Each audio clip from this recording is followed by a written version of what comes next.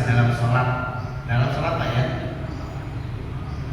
yang menambahkan berdoa di tengah-tengah sholat pakai bahasa Indonesia. Kalau mengganti bacaan sholat dengan selain bahasa Arab, ini semua ulama sepakat nggak boleh. Misalnya takbir Allahu Akbar, kita ganti Allah Maha Besar, ya. Sami Allahu liman hamidah, Allah Maha mendengar bagi siapapun yang memujinya, ya. Terus Al-Fatihah kita ganti bahasa Indonesia, Bismillahirrahmanirrahim, kita ganti, ya, dengan menyebut asma Allah yang Maha Pemurah lagi Maha Penyayang.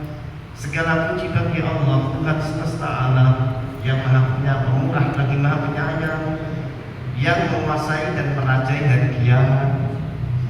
Hanya kepada Engkau saja kami beribadah ya Allah, dan hanya kepada Engkau saja kami berdoa minta pertolongan. Misalnya, maka batal salatnya.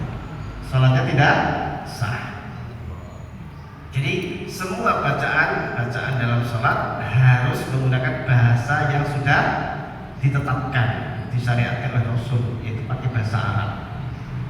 Adapun menambah doa, ya, berdoa di dalam salat seperti ketika rukuk, ketika sujud, ketika tahiyat akhir, ya, ini memang akan ada hadis yang sangat banyak. Kita diperintahkan untuk memperbanyak doa di saat kita sujud maupun di saat tahiyat akhir sebelum salam. Hadisnya sahih. Aqrabu ma yakunu al-'abdu min rabbih wa huwa sajidun fa aktsiru fihi minad du'a. Atau sallallahu alaihi wasallam. Kata Rasul, kondisi manusia paling dekat posisinya dengan Allah Tuhannya adalah pada saat sujud.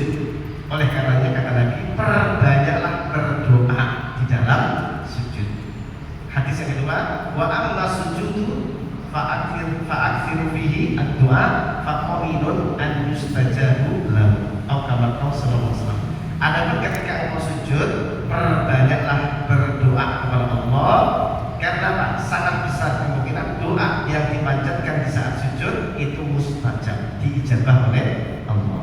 Hadis yang lain, hendaknya kita memperbanyak doa di saat sujud atau tahiyat akhir sebelum salam dengan doa-doa sesuai dengan kebutuhan kita masing-masing. Karena setiap orang punya kebutuhan yang berbeda-beda. Silakan berdoa sesuai dengan tujuan target kita masing-masing. Nah, dari sini kemudian para ulama menetapkan bahwa berdoa di saat sujud tidak di dalam tahiyat akhir sebelum salam itu dihukumi masyru', disyariatkan atau disunnahkan berdasarkan hadis-hadis yang banyak tadi. Adapun bahasanya, ini boleh nggak selain pakai bahasa Arab? Ini ada 4 pendapat, ada 4 qaul, 4 aqwal di kalangan para ulama. Pendapat yang pertama adalah haram, tidak boleh, mutlak. Semua doa ketika kita di dalam sholat, baik di saat sujud atau tahiyat akhir, atau ketika kita i'tidal sami Allahu liman hamidah, kita doa qunut kan, kita pakai bahasa selain bahasa Arab. Kata ulama yang pertama ini hukumnya haram dan dihukumi batal. Ya. Kenapa? Sholat itu adalah ibadah mahdhah, ibadah yang sudah ditentukan tata caranya, ya muqayyad, ya. Tidak boleh diubah-ubah ketentuannya, bahasanya dan aturannya. Pendapat yang kedua, kebalikannya, boleh secara mutlak. Ya. Pendapat yang kedua apa? Boleh secara mutlak, berlaku siapa saja. Jika pakai bahasa selain bahasa Arab itu lebih berkesan, lebih menjiwai, maka tidak mengapa berdoanya dengan bahasa ibu atau bahasa masing-masing. Pendapat yang ketiga, boleh tapi bersyarat.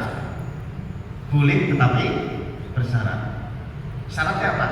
Bagi yang belum bisa bahasa Arab. Bolehnya itu ada syaratnya, Pak. Boleh bagi yang belum bisa berdoa pakai bahasa Arab, maka tidak mengapa di saat dia menambah doa-doa di saat sujud atau tahiyat akhir dicampur dengan pakai bahasa Indonesia dan tidak membatalkan. Dan ini pendapat mayoritas ulama. Pendapat yang ketiga, boleh bagi yang belum bisa, tapi boleh bersyarat. Ya, ini pendapat mayoritas dan ini lebih kuat dibandingkan pendapat nomor 1 dan nomor 2. Pendapat yang keempat adalah tidak boleh bagi yang sudah bisa bahasa Arab. Yang keempat adalah tidak boleh haram bagi yang belum bisa bahasa Arab. Bagi yang sudah bisa, ya. Bagi yang sudah bisa bahasa Arab, doa bahasa dihafal, tapi sengaja milih pakai bahasa Indonesia. Nah ini yang diharamkan. Berarti haramnya tidak mutlak nomor 4 ini. Haram yang bersyarat juga. Haram bagi yang sudah bisa bahasa Arab. Saya ulangi, nomor 1 haram mutlak. Yang kedua, jaiz atau jawaz mutlak, boleh secara mutlak. Ketiga, boleh bersyarat bagi yang belum bisa bahasa Arab. Yang keempat, haram bersyarat. Yang diharamkan hanya bagi yang sudah bisa bahasa Arab saja.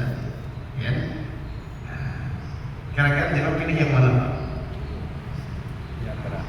Pilih yang lebih kuat, nomor 3. Boleh bagi yang belum bisa bahasa Arab. Tapi kalau jamaah SDI kan, wah, jangan ditanya bahasa Arabnya, ya, susah jawabnya. Kalau jamaah SDI ya pasti bahasa Arab semua, ya, tidak ada yang pakai bahasa selain Arab.